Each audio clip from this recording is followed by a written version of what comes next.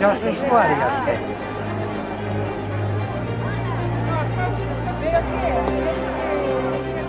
De Galicia, porque a nosa sanidade está de loito.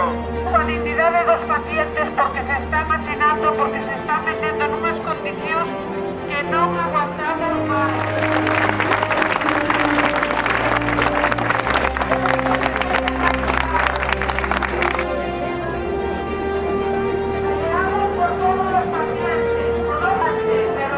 Responsabilidades tamén. Podemos haber de nós. Somos as máis sacadas, ainda que non lle pareza. Non podemos aguantar máis. Porque esperamos solo polo noso traballo.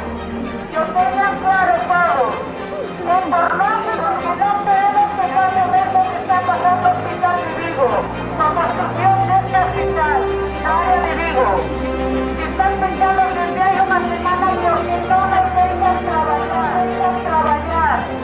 Non nos deixan traballar en condicións. En condicións dignas. Algunas non nos consiguen 3 días a comida dos pacientes 3 días antes. Porque as condicións son miserables.